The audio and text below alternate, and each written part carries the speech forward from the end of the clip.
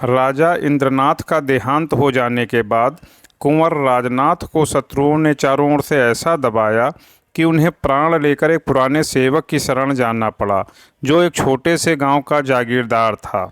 कुंवर स्वभाव से ही शांतिप्रिय, रसिक, हंस खेल कर समय काटने वाले युवक थे। रण क्षेत्र की अपेक्षा कवित्व के क्षेत्र में अपना चमत्कार दिखाना उन्हें अधिक प्रिय था। रसिक जनों के साथ किसी वृक्ष के नीचे बैठे हुए काव्य चर्चा करने में उन्हें जो आनंद मिलता था, वह शिकार या राजदरबार में नहीं। इस पर्वतमालाओं से घिरे हुए गांव में आकर उन्हें जिस शांति और आनंद का अनुभव हुआ, उसके बदले में वह ऐसे कई राज्य त्याग कर सकते थे। यह पर्वतमालाओं की मनोहर छटा, यह नेत्र रंजक हरियाली, यह जल प्रवाह की मधुर वीणा, यह पक्षियों की मीठी बोलियां, यह मृग शावकों की छलांगे, यह बछड़ों की कुलेलें, यह ग्राम निवासियों की बालोचित सरलता, यह रमणियों की संकोचमय चपलता, ये सभी बातें उनके लिए नई थी। पर इन सबों से बढ़कर जो वस्तु उनको आकर्षित करती थी, वह जागीरदार की युवती कन्या चंदा थी। चंदा घर का सारा कामकाज अपना ही करती थी। उसको माता की गोद में खेलना नसीब न हुआ, पिता की सेवा में ही रत रहती थी। उसका विवाह इसी साल होने वाला था कि इसी बीच में कुंवर जी ने आकर उसके जीवन में नवीन भावनाओं और आशाओं को अंकुरित कर दिया। उसने अपने पति का जो चित्र मन में खींच रखा था, वही मानो रूप धारण करके उसके सम्मुख आ गया। कुंवर की आदर्श रमण भी चंदा के रूप में अवतरित हो गई। लेकिन कुंवर समझते थे, मेरे ऐसे भाग्य कहाँ। चंदा भी समझती थी, कहाँ यह और कहाँ मैं। दोपहर का समय था और जेठ का महीना। खपरेल का घर भट्टी की भांति तपने लगा। खस की टट्टियों और तहखानों में रहने वाले राजकुमार का चित्त गर्मी से इतना बेचैन हुआ कि वह बाहर निकल आए और सामने के बाग में जाकर एक घने वृक्ष की छांव में बैठ गए। सहसा उन्होंने देखा, चंदा नदी से जल की गागर लिए चली आ रही है। नीचे जलती हुई रेत थी, ऊपर जलता हुआ सूर्य। लू से देह झुलसी जाती थी। कदाचित इस समय प्यास से तड़पते हुए आदमी की भी नदी तक जाने की हिम्मत न पड़ती। चंदा क्यों पानी लेने गई थी? घर में पानी भरा हुआ है, फिर इस समय वह क्यों पानी लेने निकली? कुंवर दौड़कर उसके पास पहुँचे और उसके हाथ से गागर छीन लेने की चेष्टा करते हुए बोले, मुझे दे दो और भागकर छाह में चली जाओ। इस समय पानी का क्या काम था? चंदा ने गागर न छोड़ी। सिर से खिसका हुआ अंचल संभाल कर बोली, तुम इस समय कैसे आ गए? शायद मारे गर्मी के अंदर न रह सके। कुंवर, मुझे दे दो, नहीं तो मैं छीन लूँगा। चंदा ने मुस्कुराकर कहा, राजकुमारों को गागर लेकर चलना शोभा नहीं देता। कुंवर ने गागर का मुंह पकड़कर कहा, इस अपराध का बहुत दंड सह चुका हूँ। चंदा, अब तो अपने को राजकुमार कहने में भी लज्जा आती है। चंदा, देखो, धूप में खुद हैरान होते हो और मुझे भी हैरान करते हो। गागर छोड़ दो, सच कहती हूँ पूजा का जल है। कुंवर, क्या मेरे ले जाने से पूजा का जल अपवित्र हो जाएगा? चंदा, अच्छा भाई, नहीं मानते तो तुम ही ले चलो। हाँ, नहीं तो। कुंवर गागर लेकर आगे आगे चले, चंदा पीछे होली। बगीचे में पहुँचे तो चंदा एक छोटे से पौधे के पास रुककर बोली, इसी देवता की पूजा करनी है, गागर रख दो। कुंवर ने आश्चर्य से पूछा, यहाँ कौन देवता है चंदा? मुझे तो नहीं नजर आता। चंदा ने पौधे को सींचते हुए कहा, यही तो मेरा देवता है। पानी पीकर पौधे की मुरझाई हुई पत्तियां हरी हो गईं, मानो उनकी आंखें खुल गई हों। कुंवर ने पूछा, यह पौधा क्या तुमने लगाया है चंदा? चंदा ने पौधे को एक सीधी लकड़ी से बांधते हुए कहा, हाँ, उसी दिन तो जब तुम यहाँ आए। यहाँ पहले मेरी गुड़ियों का घरौंदा था। मैंने गुड़ियों पर छाह करने के लिए अमोला लगा दिया था। फिर मुझे इनकी याद नहीं रही, घर के काम धंधे में भूल गई। जिस दिन तुम यहाँ आए, मुझे न जाने क्यों इस पौधे की याद आ गई। मैंने आकर देखा तो वह सूख गया था। मैंने तुरंत पानी लाकर सींचा तो कुछ कुछ ताज़ा होने लगा। तब से इसे सींचती हूँ। देखो कितना हरा भरा हो गया है। यह कहते कहते सिर उठाकर कुंवर की ओर ताकते हुए कहा, और सब काम भूल जाऊं, पर इस पौधे को पानी देना नहीं भूलती। तुम ही इसके प्राणदाता हो। तुम ही ने आकर इसे जला दिया, नहीं तो बेचारा सूख गया होता।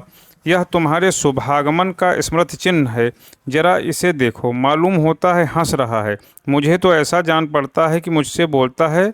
सच कहती हूँ, यह कभी रोता है, कभी हंसता है, कभी रूठता है।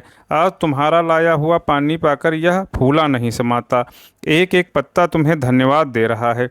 कुंवर को ऐसा जान पड़ा मानो वह पौधा कोई नन्हा सा क्रीड़ाशील बालक है। जैसे चुंबन से प्रसन्न होकर बालक गोद में चढ़ने के लिए दोनों हाथ फैला देता है, उसी भांति यह हाथ फैलाए जान पड़ा। उसके एक एक अणु में चंदा का प्रेम झलक रहा था। चंदा के घर में खेती के सभी औजार थे। कुंवर एक फावड़ा उठा लाए और पौधे का एक थाल बनाकर चारों ओर ऊंची मेड़ उठा दी। फिर खुरपी लेकर अंदर की मिट्टी को गोड़ दिया। पौधा और भी लहला उठा। चंदा बोली, कुछ सुनते हो? क्या कह रहा है? कुंवर ने मुस्कराकर कहा, हाँ, कहता है अम्मा की गोद में बैठूंगा।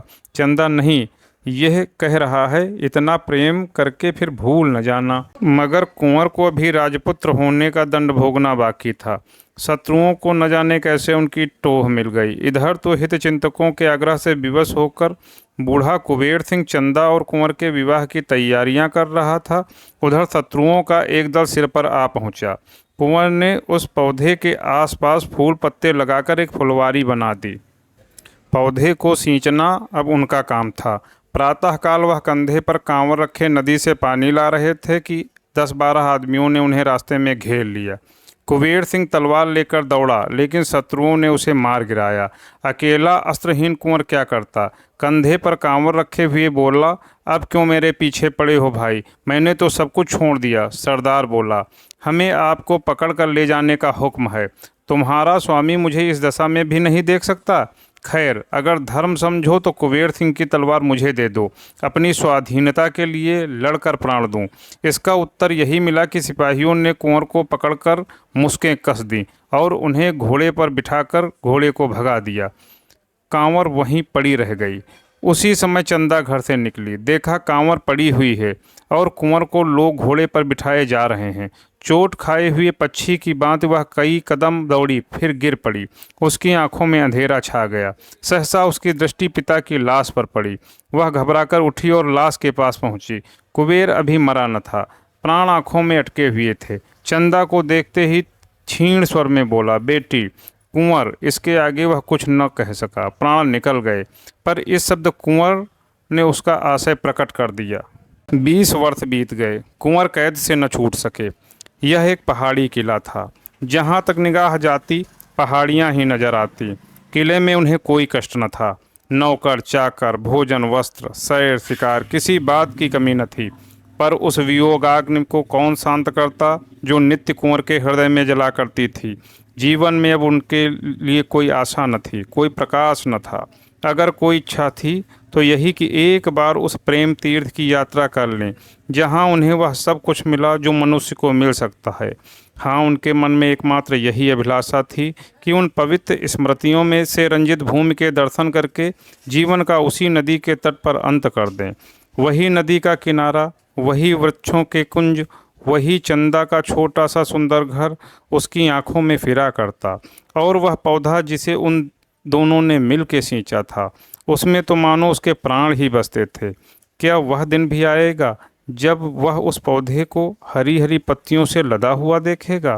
कौन जाने, वह अब है भी या सूख गया। कौन अब उसको सींचता होगा?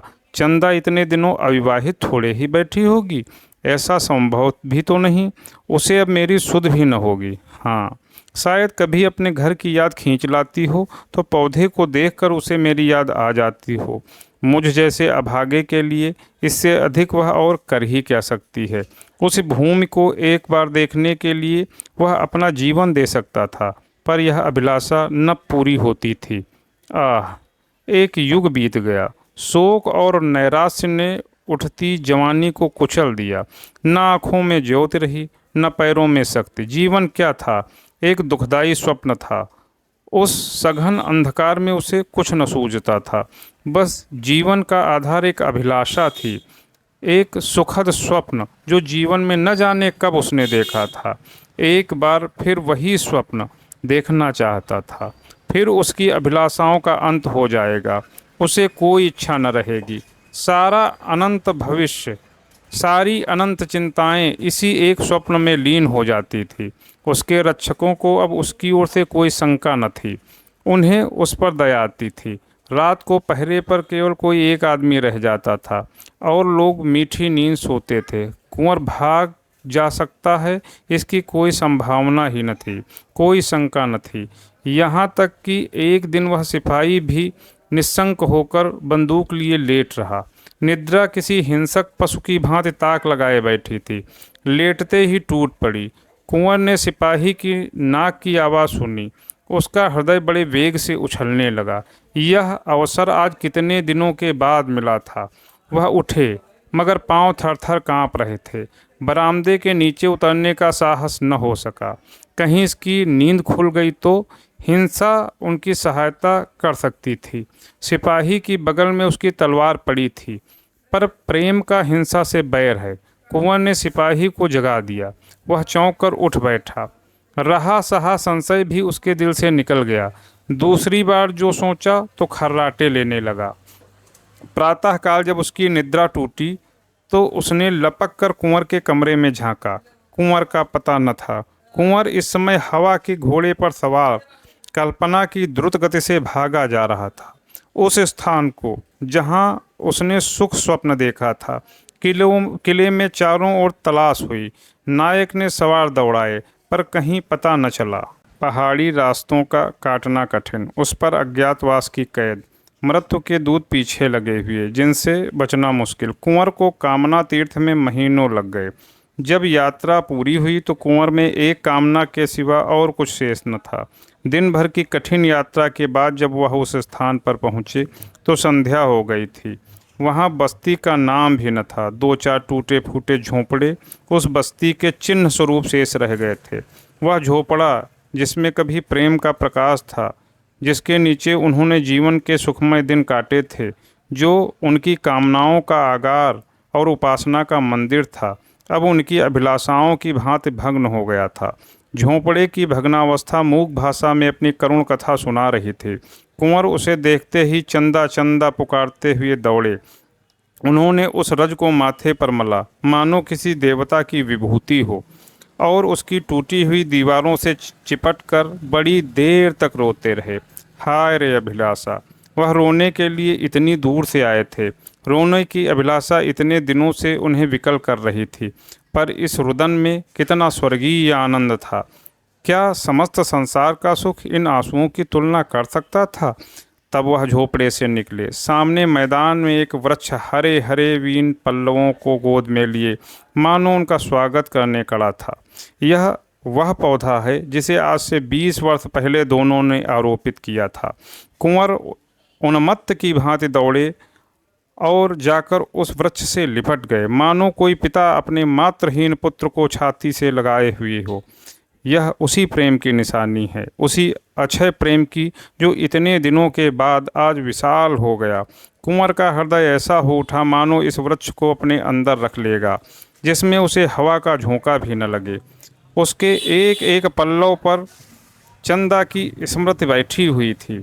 पक्षियों का इतना रम्य संगीत क्या कभी सुना था? उनके हाथों में दम न था। सारी देह भूख प्यास और थकान से शिथिल हो रही थी, पर वह उस वृक्ष पर चढ़ गया। इतनी फुर्ती से चढ़े कि बंदर भी न चढ़ता। सबसे ऊंची फुनगी पर बैठकर उन्होंने चारों ओर गर्वपूर्ण दृष्टि डाली। यही उनकी कामनाओं का स्वर्ग था। सारा दृश्य चंदामय हो रहा था। दूर की नीली पर्वत श्रेणियों पर चंदा बैठी गा रही थी। आकाश में तैरने वाली लालिमामयी नौकाओं पर चंदा ही उड़ी जाती थी। सूर्य की श्वेत पीत प्रकाश की रेखाओं पर चंदा ही बैठी हंस रही थी। कुंवर के मन में आया, पक्षी होता तो इन्हीं डालियों पर बैठा हुआ जीवन के दिन पूरे करता। जब अंधेरा हो गया तो कुंवर नीचे उतरे और उसी वृक्ष के नीचे थोड़ी सी भूमि झाड़कर पत्तियों की सैया बनाई और लेटे। यही उनके जीवन का स्वर्ण स्वप्न था। आह, यही वैराग्य! अब वह इस वृक्ष की शरण छोड़कर कहीं न जाएंगे। दिल्ली के तख्त के लिए भी वह इस आश्रय को न छोड़ेंगे। उसी स्निग्ध अमल चांदनी में सहसा एक पक्षी आकर उस वृक्ष पर बैठा और दर्द में डूबे हुए सुरों में गाने लगा। ऐसा जान पड़ा मानो वह वृक्ष सिर धुन रहा है। वह नीरव रात्रि उस वेदनामय संगीत से हिल उठी। कुंवर का हृदय इस तरह ऐंठने लगा मानो वहीं फट जाएगा। स्वर में करुणा और वियोग के तीर से भरे हुए थे। आह पक्षी, तेरा भी जोड़ा अवश्य बिछुड़ गया है, नहीं तो तेरे राग में इतनी व्यथा, इतना विषाद, इतना रुदन कहाँ से आता। कुंवर के हृदय के टुकड़े हुए जाते थे। एक एक स्वर तीर की भांति दिल को छेदे डालता था। वह बैठे न रह सके, उठकर आत्मविस्मृति की दशा में दौड़े हुए झोंपड़े में गए। वहाँ से फिर वृक्ष के नीचे आए। उस पक्षी को कैसे पाएं? कहीं दिखाई नहीं देता। पक्षी का गाना बंद हुआ तो कुंवर को नींद आ गई। उन्हें स्वप्न में ऐसा जान पड़ा कि वही पक्षी उनके समीप आया। कुंवर ने ध्यान से देखा तो वह पक्षी न था, चंदा थी। हाँ, प्रत्यक्ष चंदा थी। कुंवर ने पूछा, चंदा, यह पक्षी यहाँ कहाँ? चंदा ने कहा, मैं ही तो वह पक्षी हूँ। कुंवर, तुम पक्षी हो? क्या तुम ही गा रही थी? चंदा, हाँ प्रियतम, मैं ही गा रही थी। इसी तरह रोते रोते एक युग बीत गया। कुंवर, तुम्हारा घोंसला कहाँ है? चंदा, उसी झोपड़े में जहाँ तुम्हारी खाट थी। उसी खाट के बांध से मैंने अपना घोंसला बनाया है। कुंवर, और तुम्हारा जोड़ा कहाँ है? चंदा, मैं अकेली हूँ। चंदा को अपने प्रियतम के स्मरण करने में, उसके लिए रोने में जो सुख है वह जोड़े में नहीं। मैं इसी तरह अकेली रहूँगी और अकेली मरूँगी। कुंवर, मैं क्या पक्षी नहीं हो सकता? चंदा चली गई। कुंवर की नींद खुल गई। उषा की लालिमा आकाश पर छाई हुई थी और वह चिड़िया कुंवर की सैया के समीप एक डाल पर बैठी चहक रही थी। अब उस संगीत में करुणा न थी, विलाप न था, उसमें आनंद था, चापल्य था, सारल्य था। वह वियोग का करुण क्रंदन नहीं, मिलन का मधुर संगीत था। कुंवर सोचने लगे, इस स्वप्न का क्या रहस्य है। कुंवर ने सैया से उठते ही एक झाड़ू बनाई और झोंपड़े को साफ करने लगे। उनके जीते जी इसकी यह भग्न दशा नहीं रह सकती। वह इसकी दीवारें उठाएंगे, इस पर छप्पर डालेंगे, इसे लीपेंगे। इसमें उनकी चंदा की स्मृति वास करती है। झोपड़े के एक कोने में वह कांवर रखी हुई थी जिस पर पानी ला लाकर वह इस वृक्ष को सींचते थे। इन्होंने कांवर उठा ली और पानी लाने चले। 2 दिन से कुछ भोजन न किया था। रात को भूख लगी हुई थी, पर इस समय भोजन की बिल्कुल इच्छा न थी। देह में एक अद्भुत स्फूर्ति का अनुभव होता था। उन्होंने नदी से पानी ला लाकर मिट्टी भिगोना शुरू किया। दौड़े जाते थे और दौड़े आते थे। इतनी शक्ति उनमें कभी न थी। एक ही दिन में इतनी दीवार उठ गई जितनी 4 मजदूर भी न उठा सकते थे। और कितनी सीधी, कितनी चिकनी दीवार थी कि कारीगर भी देखकर लज्जित हो जाता। प्रेम की शक्ति अपार है। संध्या हो गई। चिड़ियों ने बसेरा लिया, वृक्षों ने भी आंखें बंद की, मगर कुंवर को आराम कहा। तारों के मलिन प्रकाश में मिट्टी के रद्दे रखे जा रहे थे। हाय रे कामना, क्या तू इस बेचारे के प्राण ही लेकर छोड़ेगी? वृक्ष पर पक्षी का मधुर स्वर सुनाई दिया। कुंवर के हाथ से घड़ा छूट पड़ा। हाथ और पैरों में मिट्टी लपेटकर वह वृक्ष के नीचे जाकर बैठ गए। उस स्वर में कितना लालित्य था, कितना उल्लास, कितनी ज्योति। मानव संगीत इसके सामने बेसुरा आलाप था। उसमें यह जागृति, यह अमृत, यह जीवन कहाँ? अतीत को जीवन और प्रकाश से रंजित करके प्रत्यक्ष कर देने की शक्ति संगीत के सिवा और कहाँ है? कुंवर के हृदय नेत्रों के सामने वह दृश्य खड़ा हुआ जब चंदा इसी पौधे को नदी से जल ला लाकर सींचती थी। हाय, क्या वे दिन फिर आ सकते हैं? सहसा एक बटोही आकर खड़ा हो गया और कुंवर को देखकर वह प्रश्न करने लगा जो साधारणतः 2 अपरिचित प्राणियों में हुआ करते हैं। कौन हो? कहाँ से आए हो? कहाँ जाओगे? पहले भी इसी गांव में रहता था, पर जब गांव उजड़ गया तो समीप के एक दूसरे गांव में जा बसा था। अब भी उसके खेत यहाँ थे। रात को जंगली पशु से अपने खेतों की रक्षा करने के लिए वह आकर सोता था। कुंवर ने पूछा, तुम्हें मालूम है इस गांव में कुबेर सिंह ठाकुर रहते थे? किसान ने बड़ी उत्सुकता से कहा, हाँ भाई, जानता क्यों नहीं। बेचारे यहीं तो मारे गए। तुमसे भी क्या जान पहचान थी? कुंवर, हाँ, उन दिनों कभी कभी आया करता था। मैं राजा की सेवा में नौकर था। उनके घर में कोई और न था? किसान, अरे भाई कुछ न पूछो, बड़ी करुण कथा है। उनकी स्त्री तो पहले ही मर चुकी थी, केवल लड़की बच रही थी। आह, कैसी सुशीला, कैसी सुगढ़ लड़की थी। उसे देखकर आंखों में ज्योति आ जाती थी। बिल्कुल स्वर्ग की देवी जान पड़ती थी। जब कुबेर सिंह जीता था तभी कुंवर राजनाथ यहाँ भाग कर आए थे और उसके यहाँ रहे थे। उस लड़की की कुंवर से कहीं बातचीत हो गई। जब तो चंदा घर में अकेली रह गई। गांव वालों ने बहुत चाहा कि उसका विवाह हो जाए। उसके लिए वरों का कोई तोड़ा न था भाई। ऐसा कौन था जो उसे पाकर अपने आप को धन्य न मानता। जब कुंवर को शत्रुओं ने पकड़ लिया तो चंदा घर में अकेली रह गई। गांव वालों ने बहुत चाहा कि उसका विवाह हो जाए। उसके लिए वरों का तोड़ा न था भाई। ऐसा कौन था जो उसे पाकर अपने आप को धन्य न मानता। पर वह किसी से विवाह को राजी न हुई। यह पेड़ जो तुम देख रहे हो तब छोटा सा पौधा था। इसके आसपास फूलों की कई और क्यारियां थी। इन्हीं को गोड़ने, निराने, सींचने में उसका दिन कटता था। बस यही कहती थी कि हमारे कुंवर साहब आते होंगे। कुंवर की आंखों से आंसू की वर्षा होने लगी। मुसाफिर ने जरा दम लेकर कहा, दिन दिन घुलती जाती थी, तुम्हें विश्वास न आएगा। उसने 10 साल इसी तरह काट दिए। इतनी दुर्बल हो गई थी कि पहचानी न जाती थी। पर अब भी उसे कुंवर साहब के आने की आशा बनी हुई थी। आखिर एक दिन इसी वृक्ष के नीचे उसकी लाश मिली। ऐसा प्रेम कौन करेगा भाई।